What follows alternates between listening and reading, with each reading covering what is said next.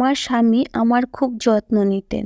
তিনি আমার জন্য দামি দামি জিনিস কিনে আনতেন, যদিও তার কাছে তেমন টাকা থাকতো না। আমি অবাক হতাম যে তিনি এত জিনিস কোথা থেকে পান। কিন্তু এই একটা কাজ আমি খুব খুশি হয়ে যেতাম, যে সে আমার পছন্দের খাবার এবং জিনিসপত্র নিয়ে আসতো, কিন্তু রাতে সে অন্য ঘরে গিয়ে ঘুমাতো। আমি অবাক হতাম যে সে যদি আমার জন্য এত সুন্দর সুন্দর জিনিস নিয়ে আসে, তাহলে সে আমার প্রতি এত উদাসীন কেন? কেন সে আমার কাছে আসে না, আমার সাথে কথা বলে না? কেন আমার প্রতি তার এই উদাসীন ভাব? আমি একদিন রাতে তার ঘরে লুকিয়ে পড়ি, যাতে সে ঘরের মধ্যে কি করে আমি জানতে পারি। কেন সে আমার ঘরে ঘুমায় না? তারপর আমি আমার স্বামীকে এমন কাজ করতে দেখলাম যে আমি চোখ বন্ধ করে ফেললাম, কেননা আমার স্বামী। আমার নাম নিশা। আমি দেখতে খুবই সুন্দরী। আমার বৌদি আমার সৌন্দর্যকে হিংসা করত এবং আমার সাথে বাজে ব্যবহার করত, আর বলতো একদিন তোর সৌন্দর্যের অহংকার ধুলোয় মিশিয়ে দেব। আমি বলতাম, ভগবানকে তো অন্তত ভয় পাও, আমি তোমার কি ক্ষতি করেছি? মা বেঁচে আছেন, বাবা বেঁচে নেই, কিন্তু যতদিন আমার মা ছিলেন ততদিন সংসারের সমস্ত দায়িত্ব আমার হাতে ছিল। আমার দাদাও আমাকে চোখে দেখতে পারত না। ও সব সময় বলতো, আমার বউয়ের উপর মাতব্বরি করবি না। আমিও একটু রেগেছিলাম, কারণ আমি উল্টোপাল্টা কিছু সহ্য করতে পারতাম না। যেমন বৌদি যদি মাকে সময় মতো খাবার না দেয় বা বাসি খাবার দেন, তাহলে আমি রেগে যেতাম। একদিন বৌদি মাকে বাসি খাবার খেতে দিয়েছিল। যেহেতু মা সুগারের রোগী, তাই আমি বৌদিকে বললাম, মায়ের স্বাস্থ্য এমনিতেই খারাপ, তুমি যদি খাবার রান্না নাই করবে, তাহলে আমাকে বললো না কেন? তুমি কি বাসি খাবার খাইয়ে মাকে মেরে ফেলতে চাও? এই ইস্যুতে আমাদের মধ্যে ঝগড়া বেঁধে গেল। আমার দাদা বৌদির দিকে সমর্থন করে বলেছিল, তোকে তো আমি একদিন এমন সোজা করব যে তখন তুই বুঝতে পারবি বৌদির সঙ্গে ঝগড়া করার পরিণাম। তুই ছোট হয়ে তোর বড় বৌদির সাথে এভাবে কথা বলছিস? আমি বললাম, ছোট বা বড় ব্যাপারটা তা না। সে যদি কিছু ভুল কাজ করে, তাহলে আমি অবশ্যই বলবো। সেই দিন ঝগড়া শুনে মায়ের শরীর খারাপ হয়, তাই তাকে আমরা হাসপাতালে নিয়ে ভর্তি করি। সেখানে তিনি 4 দিন লড়াই করে অবশেষে আমাদের সবার মায়া ত্যাগ করে এই পৃথিবী ছেড়ে চলে যান। মায়ের মৃত্যুতে আমি খুব দুঃখ পেয়েছি। এরপরে একদিন রাতে দাদা রুমে এসে বলল, মা আর এই পৃথিবীতে নেই। তোর কিছু প্রয়োজন হলে আমি তো আছি, আমাকে জানাস। সে আরও বলল, আমি তোর বিয়ে ঠিক করে ফেলেছি। আগামী রবিবার তোর বিয়ে। আমি অবাক হয়ে বললাম, কি? দাদা বলল, আমি তোর বিয়ে ঠিক করে ফেলেছি। তুই বিয়ে করে স্বামীর বাড়ি গেলে সেটাই তোর জন্য ভালো হবে। দাদার উপর আমার এতটা রাগ হচ্ছিল যে ওকে বলতেও পারলাম না যে কার সাথে বিয়ে আমার। ও আরও বলল, সবেমাত্র মা মরেছে, মনের মধ্যে যদি বিয়ে নিয়ে কোনো স্বপ্ন থাকে, সেটা মনের মধ্যেই রাখ। আমি তোর বিয়ে ধুমধাম করে দিতে পারবো না। কথা বলেই ও আমার ঘর থেকে বেরিয়ে গেল। আমি বালিশে মাথা দিয়ে কাঁদতে লাগলাম। তারপরে মনে মনে নিজেকে এইভাবে সান্ত্বনা দিলাম যে একদিন তো আমার বিয়ে হবেই, সেখানে আমার নিজের সংসার হবে, কারো দাসত্ব করতে হবে না। বৌদির অত্যাচার থেকে অন্তত বেঁচে যাব, এসব ভেবেই দিন পার হচ্ছিল। কিন্তু বিয়ের দিন এটা দেখে অবাক হয়ে গেলাম যে আমার দাদা কেমন মানুষের সাথে আমার বিয়ে ঠিক করেছে। এটাতে নিশ্চয়ই বৌদির কোনো চাল আছে, কারণ বৌদি আমাকে শত্রু ভাবত। আমি মনে মনে জানতাম যে কোনো একদিন বৌদি আমার উপর প্রতিশোধ নেবে, আর আজকে উনি সেটাই করেছেন। আর আজকে সে সফলও হয়েছে, কারণ আমার বর অদ্ভুতভাবে বসে আছে, যাকে দেখে একটা বাচ্চাও বলে দিতে পারবে যে সে একজন সাধারণ মানুষ না, বরং একজন পাগল। কেননা ও হাতে একটা ললিপপ নিয়ে খাচ্ছিল।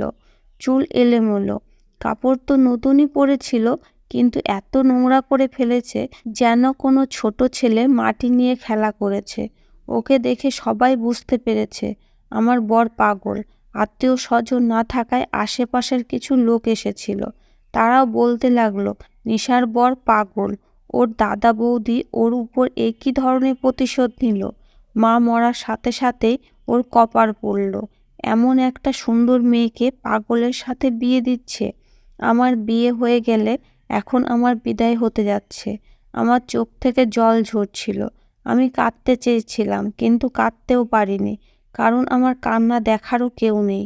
মাকে খুব মিস করছিলাম। মা বেঁচে থাকলে আমার সাথে এইসব হতো না। আমার বৌদি দাদাকে দিয়ে এই কাজ করিয়েছে, কিন্তু দাদা একবারও ভাবেনি যে সে তার নিজের বোনকে একটা পাগলের সাথে বিয়ে দিচ্ছে। এ আমাকে কোথায় রাখবে, কি খাওয়াবে?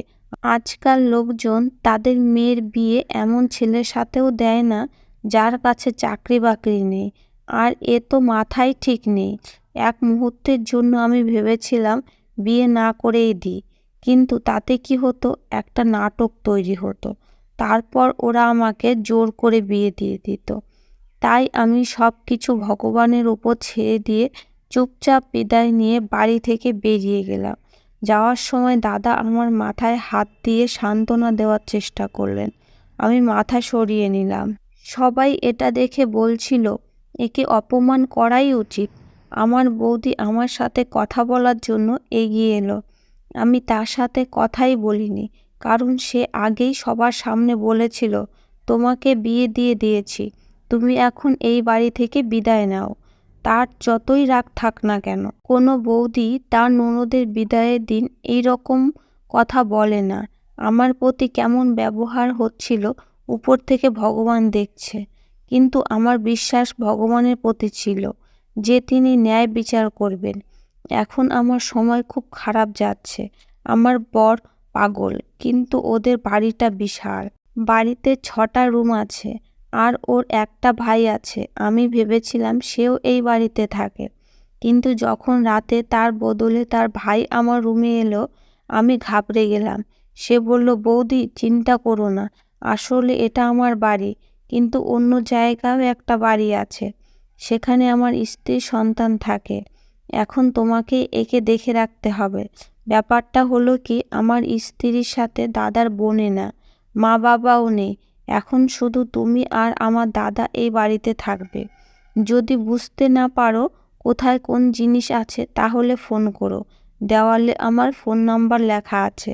আর যদি দাদা তোমাকে খুব বিরক্ত করে, তাহলে আমাকে ফোন করো। কিন্তু দেখো, আমিও সংসারী লোক, আর আমার বউ আমার এখানে আসা পছন্দ করে না। যদি খুব জরুরি প্রয়োজন হয় তবেই আমাকে ফোন করো, না হলে পরিস্থিতি নিজে সামলানোর চেষ্টা করো, কারণ এখন তো তোমার স্বামী এবং তোমাকে একে সামলিয়ে রাখতে হবে। আমি বুঝতে পারছি আমার অবস্থা কতটা খারাপ হতে চলেছে। আমি হ্যাঁ বলে মাথা নাড়লাম। আর কি বা করতে পারি আমি? সে আরও বলল, তুমি চিন্তা করো না, মাথার উপর ভগবান আছে, একদিন সব ঠিক হয়ে যাবে। আমি বুঝতে পারছি সে আমাকে সান্ত্বনা দিচ্ছে, কিন্তু তারপর আবার বলল, আমি তোমাকে বোঝাতে চাইছি যে একদিন সব কিছু ঠিক হয়ে যাবে, তুমি বেশি চিন্তা করো না। জানি না কেন সে একই কথা দুবার বলল, আর কেন এত জোর দিয়ে বলল। এই মুহূর্তে আমি কিছুই বুঝতে পারলাম না। তাই বললাম, ঠিক আছে। আমার স্বামী অন্য রুমে বসেছিল। আমি তাকে দেখতে গিয়ে অবাক হয়ে গেলাম। এই ঘরটা মনে হয় তারই, কারণ ঘরে অনেক ভাঙা জিনিসপত্র এবং খেলনা পড়ে আছে। হয়তো তার মনটা শিশুর মতো। হঠাৎ তাকে দেখে আমি ভয় পেয়ে গেলাম। আমি ভাবলাম আমাকে কিছু বলবে বা কোনো পাগলামি করবে, কিন্তু সে কিছুই করল না। আমি চুপচাপ আমার রুমে এসে শুয়ে পড়লাম। আমার মনে হচ্ছিল ভিতর থেকে দরজা বন্ধ করে দিই, কিন্তু তেমন কিছুই করলাম না। বলতে খুব অদ্ভুত লাগছে, কিন্তু এত শান্তির ঘুম আগে কখনো ঘুমাইনি। ঘুম থেকে উঠে চোখ খুলে ভয় পেয়ে গেলাম। দেখি সামনে আমার স্বামী বসে। তারপর টেবিলের দিকে তাকিয়ে আমি আরও অবাক হয়ে গেলাম, কারণ টেবিলের উপর নাস্তা রাখা দেখে মনে হচ্ছে সকালে দোকান থেকে আনা। আমি তার দিকে তাকালাম, তারপর চারপাশে দেখলাম, কারণ আমার মনে হচ্ছে তার ভাই নাস্তা নিয়ে এসেছে, কিন্তু আশেপাশে কাউকেই দেখতে পেলাম না। বাইরের দরজাও তখন বন্ধ।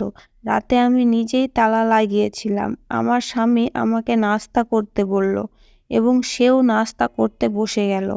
আমি অবাক হয়ে ভাবলাম, এটা জানে যে আমরা বিবাহিত, তাই বাজার থেকে নাস্তা এনেছে।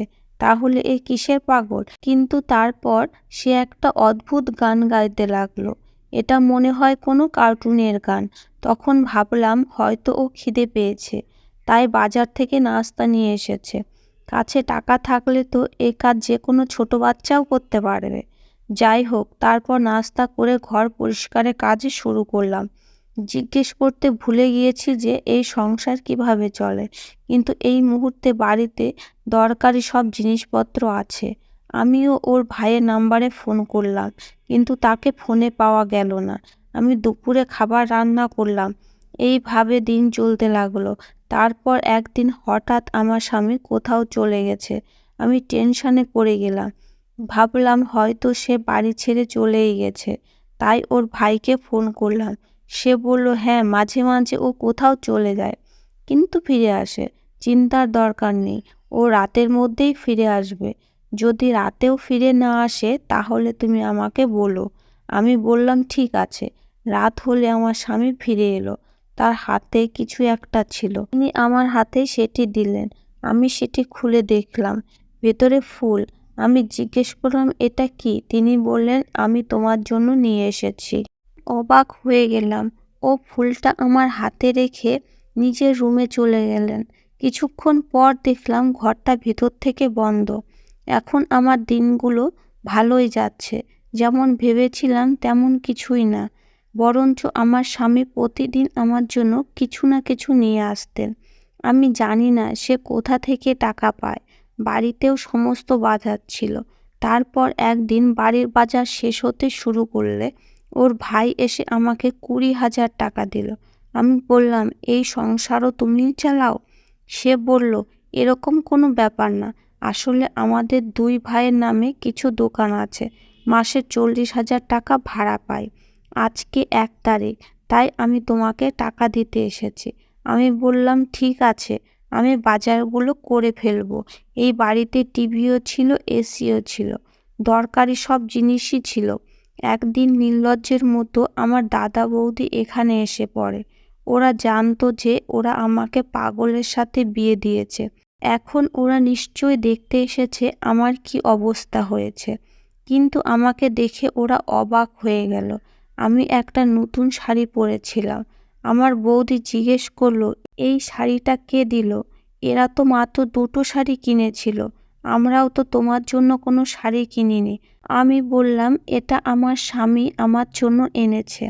বৌদি বললেন, তোমার স্বামী তো ঠিক করে কথাই বলতে পারে না, ও তোমার জন্য শাড়ি আনলো কিভাবে? আমি বললাম, ও আমাকে এনে দিয়েছে। তোমাকে কে বলেছে ও ঠিকভাবে কথা বলতে পারে না? চলো তোমাকে আমি দেখাই ও আমার জন্য কি কি এনেছে। আমি যখন আমার বৌদিকে সব জিনিস দেখালাম, সে অবাক হয়ে গেল। বৌদি বললেন, ও এত জিনিস কোথা থেকে আনছে? চুরি করে আনছে না তো? আমি বললাম, মোটেও না। এগুলো দেখে বুঝতে পারছো না এগুলো একেবারে নতুন? ওরা ভেবেছিল আমার সাথে খুব খারাপ কিছু হবে, কিন্তু যখন দেখলো আমার সাথে কিছুই খারাপ হয়নি, তখন ওরা টেনশনে পড়ে গেল। আমি আমার দাদাকে বললাম, তুমি কোনো ভুল সিদ্ধান্ত নেওনি। এখানে আমি খুব সুখে আছি। এই বাড়িতে আমার কোনো কিছুর অভাব নেই। আমরা গরিব মানুষ। বিয়ে হলে আমাদের মতো গরিবের সাথেই হতো, কিন্তু এদের অবস্থা আমাদের থেকে শতগুণ ভালো। এই দেখো, এই বাড়িতে এসিও আছে। যদি গরম পড়ে তবুও আরামে ঘুমাতে পারি। আমার বৌদির মুখ হা হয়ে গেল। আমি জানতাম বাড়িতে গেলে দাদার সাথে ঝগড়া করবে। এটা ভালো, ওরা আমাকে নিয়ে নিজেদের মধ্যে ঝগড়া করবে। কিন্তু আমার স্বামী কখনো আমার সাথে এরকম করে না। আমার স্বামী আমার জন্য বিভিন্ন জিনিস নিয়ে আসেন আর আমার যত্ন নেন। একদিন হাঁটার সময় হোঁচট খেয়ে পা কেটে গেলে আমার স্বামী আমার পায়ে ব্যান্ডেজ করে দেন, কিন্তু রাত হলেই তিনি অন্য ঘরে গিয়ে ভিতর থেকে দরজা বন্ধ করে দিতেন। আমি খুব টেনশনে ছিলাম, এটা কেমন ব্যাপার? তার সাথে কথা বলতে হবে। আমি সিনেমাতে দেখেছি যে ভালোবাসায় মানুষ সুস্থ হয়ে যায়, আর ও যদি সুস্থ হয়ে যায় তাহলে সে দারুণ মানুষ হতে পারবে, কারণ সে সুন্দর এবং যুবক। টাকারও অভাব নেই। বাড়িও নিজেদের। যদিও ঠিক হয়ে যায় তাহলে আমার জীবন সেট হয়ে যাবে। কিন্তু ও আমার সাথে তেমন কথাই বলতো না। ধীরে ধীরে আমি বুঝতে শুরু করি যে এখানে যাই রহস্য থাক না কেন তা এই ঘরের সাথে সম্পর্কিত। কারণ আমার স্বামী ওই ঘরে গিয়ে নিজেকে বন্ধ করে রাখতেন। তাই আমি মনে মনে ভাবলাম যে সে রুমের মধ্যে কী করে তা আমাকে জানতে হবে। আমি একবার ওই ঘরে গিয়েছিলাম। সেখানে সেরকম কিছু ছিল না। আমার বৌদি লোকদের কাছে বলতে শুরু করেছিল যে ওর বিয়ে পাগলের সাথে হয়েছে, কিন্তু ও খুব সুখে আছে। এই কথাটা আমার কানে পৌঁছালে আমি বলতাম যে হ্যাঁ, ঈশ্বরকে ধন্যবাদ, আমি খুব খুশি। আমাদের সব কিছু আছে। আমার কাছে টাকাও আছে। সংসারের সমস্ত দায়িত্ব আমার হাতে। আমার স্বামী আমার খেয়াল রাখেন এবং আমার জন্য নতুন নতুন জিনিসও নিয়ে আসতেন। তিনি কোথায় যেতেন আমি জানি না। আমি একবার তার পিছু নিয়েছিলাম, কিন্তু আমি পথ চিনতাম না। তাই আমি ফিরে আসি। ও রাস্তাঘাট খুব ভালো করেই চিনত। হয়তো বাচ্চাদের সাথে খেলতে কোনো বাগানে গিয়েছিল, কারণ তার কাছে বাচ্চাদের খেলার অনেক কিছু ছিল। তাই আমি এই বিষয়টি খুব বেশি মনোযোগ দিলাম না।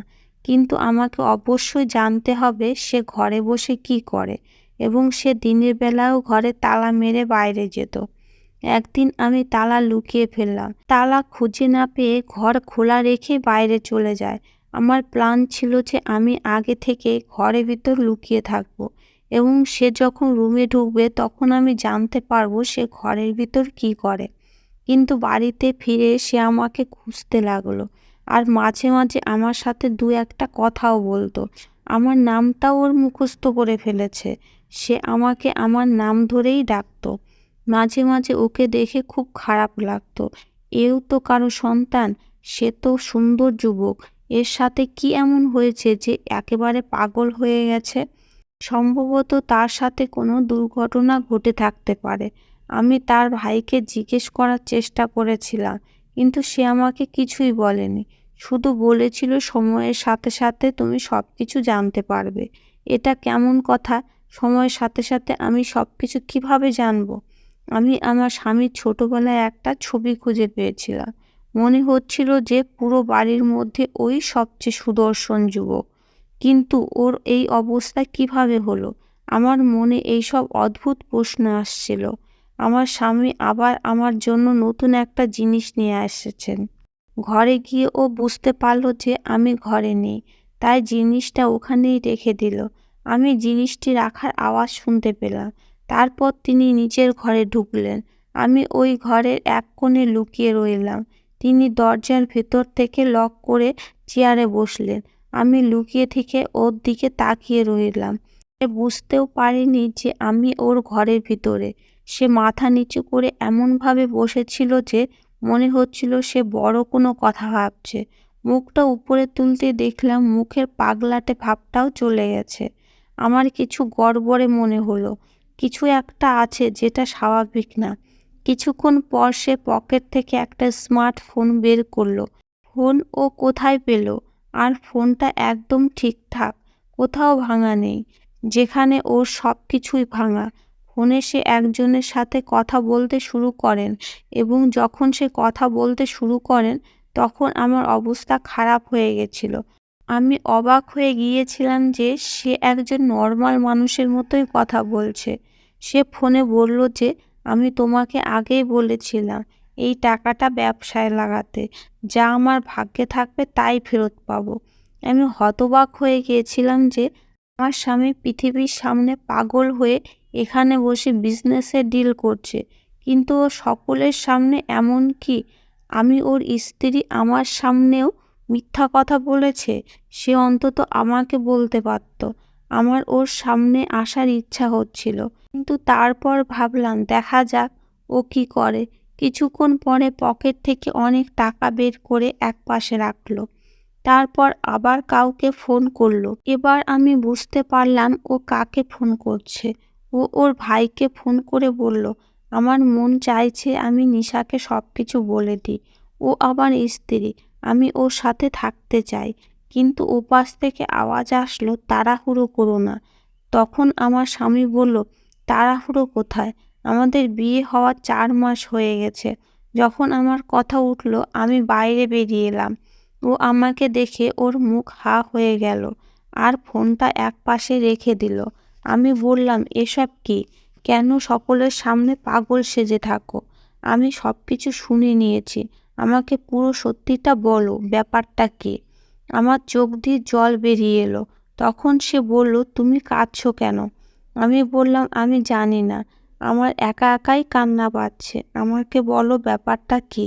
সে আমাকে যা বলল তা শুনে আমি হতভম্ব হয়ে গেলাম। সে বলল, আমি এই এলাকার সবচেয়ে বুদ্ধিমান আর শিক্ষিত ছেলে। আমি একটা ভালো চাকরিও করতাম। আমি এখনও ওই চাকরিতে আছি। আমি সারারাত বসে অনলাইনে কাজ করি। আমি বললাম, তাহলে তুমি পাগলের ভান করে থাকো কেন? তখন তিনি বললেন যে আমার কয়েকজনের সাথে বন্ধুত্ব ছিল, কিন্তু আমি জানতাম না যে তারা এতটা বাজে। একদিন আমরা ঘুরতে গিয়েছিলাম।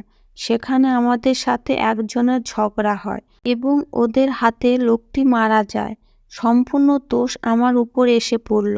তাই আমাকে পাগল হওয়ার অভিনয় করতে হলো। না হলে আমি শাস্তি পেতাম এবং সারা জীবন আমাকে জেলে কাটাতে হতো। কারণ ওরা ওই লোকটিকে মেরে সবাই পালিয়ে গিয়েছিল।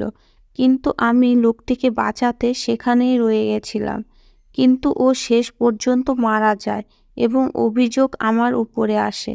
আমাকে পুলিশে ধরে নিয়ে গেল। এখনও ওই ছেলের বাড়ির লোকেরা এই এলাকাতেই থাকে। আমার কারণে তাদের ক্ষতি হয়েছিল, তাই আমাকে পাগলামির অভিনয় করতে হয়েছিল। কিন্তু এখন শুনতে পাচ্ছি যে ওরা বাড়ি বিক্রি করে দিয়েছে আর 1 মাস পরে এই এলাকা ছেড়ে চলে যাবে। আর ওরা চলে যাওয়ার পর আমি নিজের মতো করে বাঁচতে পারবো। আমি তোমাকে এসব বলিনি কারণ ভেবেছিলাম একবার ওরা এখান থেকে চলে গেলে তোমাকেও বলবো। তোমার ভাই যখন বলল যে তুমি এই সম্বন্ধ মেনে নিয়েছো, তখন আমরা খুব অবাক হয়েছিলাম। আমরা যখন ভিতরের ব্যাপারটি জানতে পারি, তোমাকে না দেখেই বিয়েতে হ্যাঁ বলেছিলাম। ভাবলাম তোমাকে বাঁচিয়ে কিছুটা পুণ্য অর্জন করি। তোমাকে খুব ভালোবাসি। তোমার মনটা খুব সুন্দর। আমি শুধু কাজের জন্যই বাইরে যেতাম। আর বাইরে গেলে আমার চোখের সামনে তোমার মুখটা ভেসে উঠত। তখন তোমার জন্য কিছু কেনার কথা ভাবতাম। আর ভাবতাম তুমি বিরক্ত হয়ে আমাকে ছেড়ে না চলে যাও, যে পাগলের সাথে থাকা যায়। তাই আমি তোমার দুঃখ কমানোর জন্য তোমার জন্য উপহার নিয়ে আসার চেষ্টা করতাম, যাতে তুমি খুশি হও। আমার চোখ দিয়ে আবার জল পড়তে লাগলো। তিনি বললেন, তুমি আবার কাঁদছো কেন? আমি বললাম, আমি সুখে কাঁদছি। তখন তিনি বললেন, খুবই অদ্ভুত, দুঃখেও কাঁদো আবার সুখেও। আর দেখো, এখন থেকে তোমার জীবন খুব ভালো যাবে। আর মাত্র 1 মাস, তারপর সব ঠিক হয়ে যাবে। আমি বললাম, আমার কোনো সমস্যা নেই। আমি ভাবছি ভগবান আমার কোন পুণ্যের ফল আমাকে দিয়েছেন। আমি কখনো কারো খারাপ করিনি, কিন্তু আমার নিজের দাদা আমার সাথে এত খারাপ করেছে। কিন্তু ভগবানের কৃপা, আপনি একদম ঠিক আছেন। তিনি বললেন, চিন্তা করো না, সবকিছু ঠিক হয়ে যাবে। আমি সবসময় তোমার খেয়াল রাখবো আর তোমার সাথে থাকবো। আমাদের জীবন খুব সুখেই হবে। ধীরে ধীরে আমি প্রচার করলাম যে আমি আমার স্বামীর চিকিৎসা করিয়েছি। এখন আমরা দুজন খুব সুখে আছি।